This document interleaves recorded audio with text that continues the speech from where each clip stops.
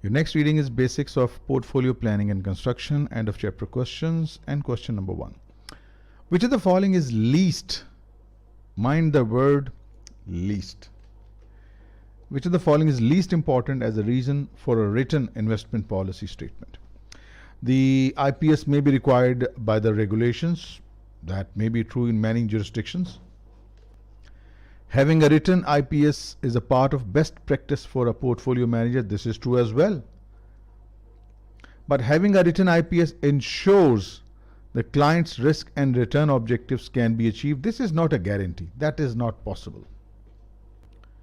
Having an IPS is not an assurance that risk and return objectives will be achieved. This is not true, and hence the right answer. Next, which of the following best describes the underlying rationale for a written investment policy statement IPS? A written IPS communicates a plan for trying to achieve investment success. Appears to be a good option. Let's see the other one. A written IPS provides investment managers with a ready defense against client lawsuit. This is clearly not one of the underlying rationale. That's not correct. A written IPS allows investment managers to instruct clients about the proper use and purpose of investment. This is incorrect. It's not a tool to instruct clients as such. IPS basically is a tool of communication between clients and the managers so that they can mutually establish investment objectives and constraints. So that makes A to be the correct option. A was a written IPS communicates a plan for trying to achieve investment success. That is true. A written investment policy statement IPS is most likely to succeed if it is created by a software program to assure consistent quality. This is not true. Using a computer program to construct IPS is a ridiculous option. We may use softwares for portfolio construction, but not drawing up IPS. Incorrect. It is a collaborative effort of the client and the portfolio manager. That is true. As we just discussed in the previous question, that it's an instrument seen as a communication tool for the client and portfolio managers so that they can mutually establish investment objectives and constraints. So it involves more of collaboration. Then why not C? It reflects the investment philosophy of the portfolio manager. No, it doesn't contain the philosophy. That is somewhere inside the portfolio manager's head. Right? This is not true. Written IPS must incorporate full understanding of the client situation and requirements, not the manager's philosophy. So that makes B to be the correct option. Next, the section of investment policy statement that provides information about how a policy may be executed, including investment constraints, is best described as, that is, investment guidelines. Investment guidelines are described as section that provides information about how policy may be executed, including investment constraints, and so on and so forth. B. Why not A? Because investment objective section explains the client's objectives in investing, and the statement of duties and responsibilities that contains duties and responsibilities of the client, the custodian of the client's assets, and the investment managers, and so on and so forth. So that makes B to be the correct option. Next, which of the following is least likely to be placed in the appendices to the investment policy statement? Well, rebalancing policy and your strategic asset allocation, also known as the policy portfolio, they are contained in the appendices. Whereas the statement of duties and responsibilities, since they are very important part, an integral part of IPS, so they are likely to be not to be contained in appendices. So that makes C to be the correct option. Which of the following typical topics in an investment policy statement is most closely linked to the client's distinctive needs?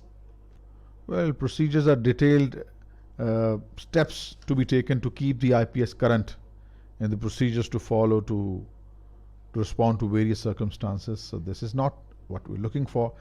Statement of duties and responsibilities. It contains all the duties and responsibilities of the client, the custodian of the client assets, the manager, the investment manager, and so forth and so on. This is not. Then it has to be investment guide. Yes. The section of an IPS that are most closely linked to the client's distinctive needs are those dealing with the investment objectives and constraints. And of course, that would be the investment guidelines, because they provide information about how the policy may be executed, including any constraints on investments made. So that makes B to be the correct option. An investment policy statement that includes a return objective of outperforming the FTSE 100 by 120 basis point is best characterized as having a relative return objective, absolute return objective, and arbitrage based return. Clearly it's a relative. This is the benchmark, and you have to go above 120 basis point than the return generated by FTSE. This is a relative return objective, because these are the returns based upon some index here.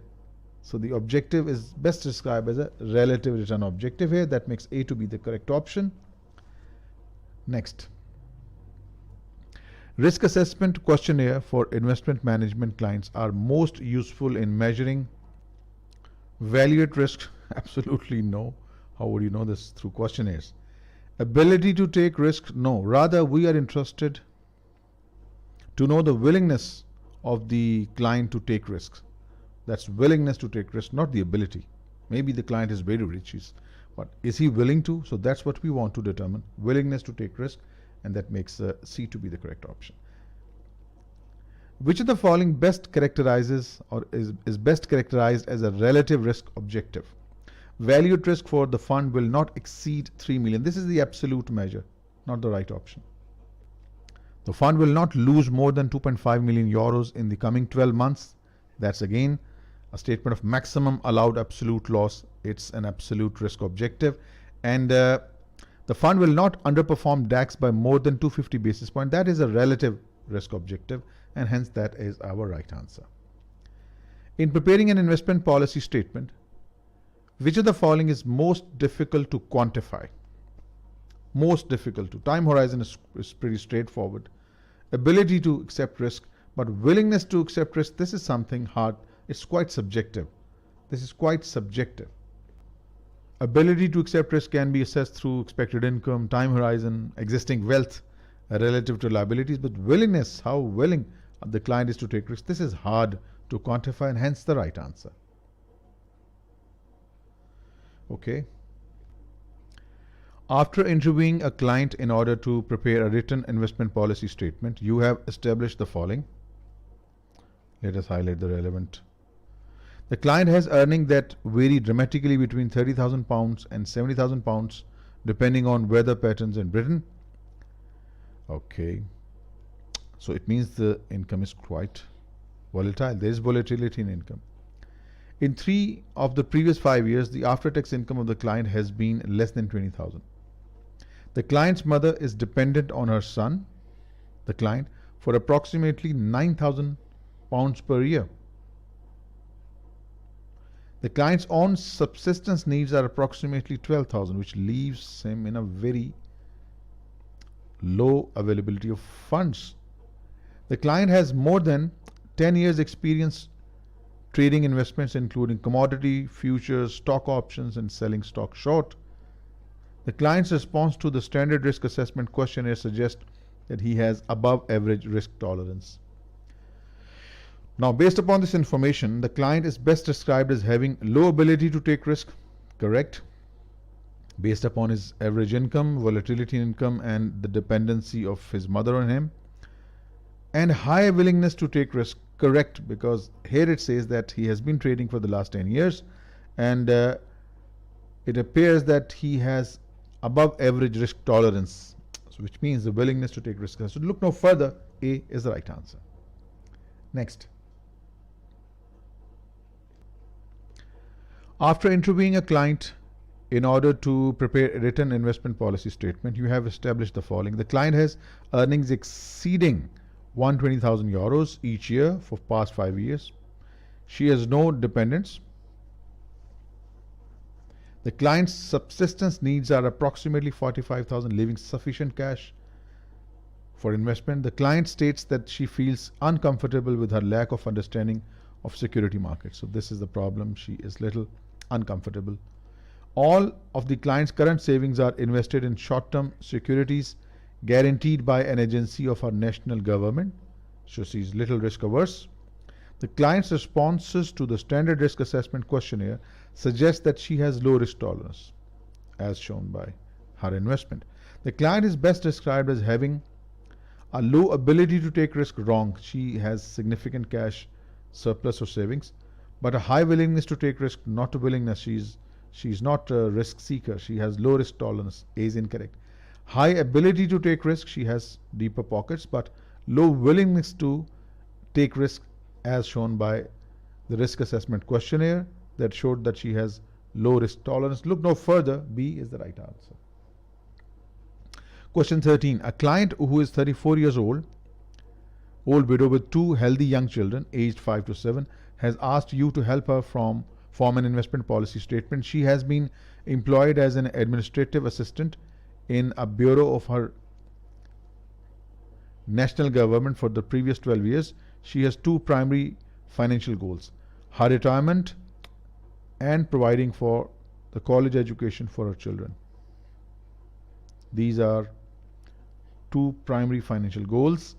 This client time horizon is best described as being long term. Sure, she's just 34 years old and she's worried about her retirements and of course the college education of her children, who are just 5 and 7 years old now. So she clearly has a longer term time horizon. Okay, next is the right option. The timing of payouts for property and casualty insurers is unpredictable in comparison with timing of payouts for life insurance companies. Therefore, in general, property and casualty insurers have low liquidity needs. No, they have greater liquidity needs. Greater liquidity needs than life insurance because the timings of payouts are unpredictable. B, look no further. That's your right answer. Next, a client who is a director of a publicly listed corporation is required by law to refrain from trading that the company's stock at certain points of the year when disclosures of financial results are pending.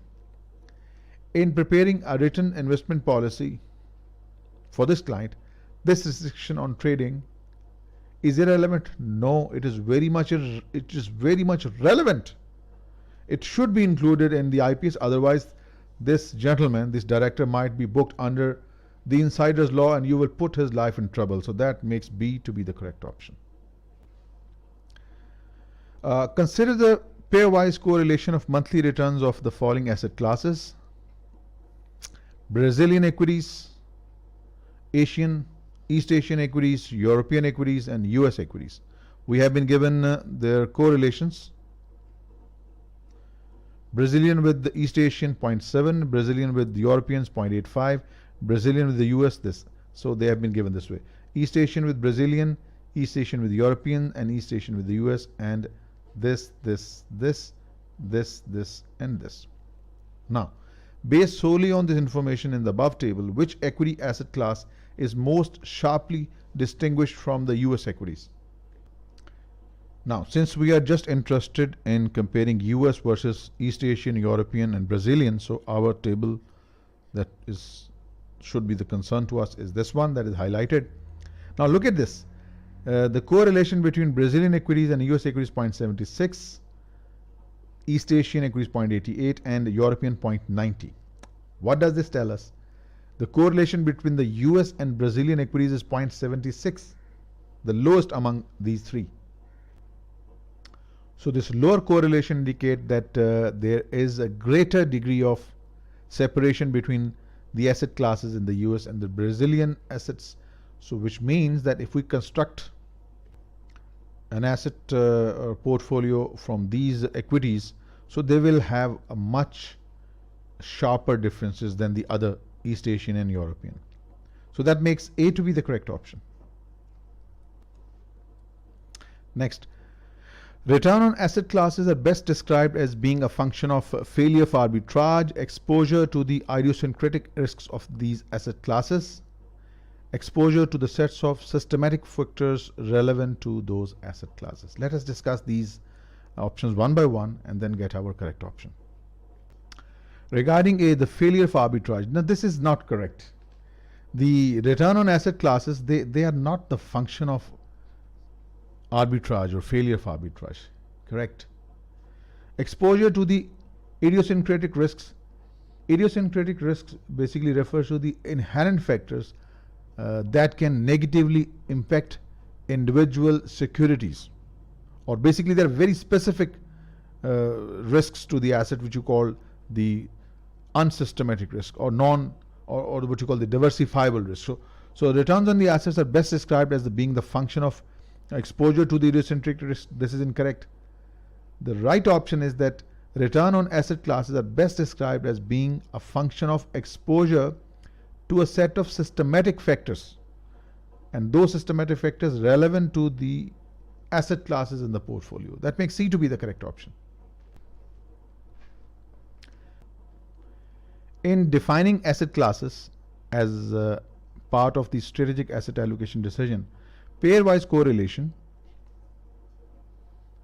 within the asset classes should generally be, first of all, asset classes should contain homogeneous assets.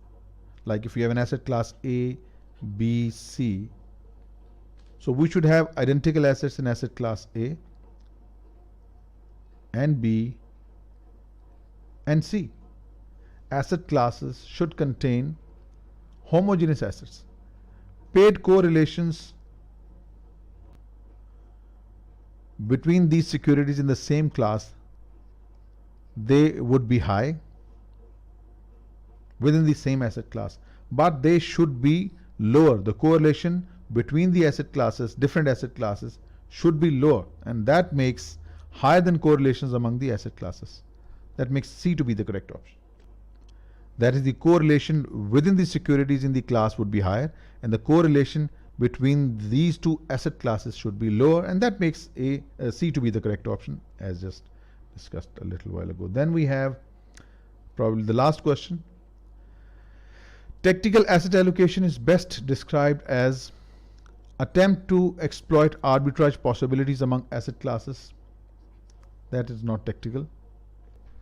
Tactical asset allocation is best described as the decision to deliberately deviate from the policy of portfolio to generate some short-term returns, or to take advantage of temporary dislocations from the market conditions. So that makes B to be the correct option. Why not C? Selecting asset classes with the desired exposure to sources of systematic risk in an investment portfolio. That would be your strategic asset allocation. So that makes B to be the correct option, and it ends your basics of portfolio planning and construction.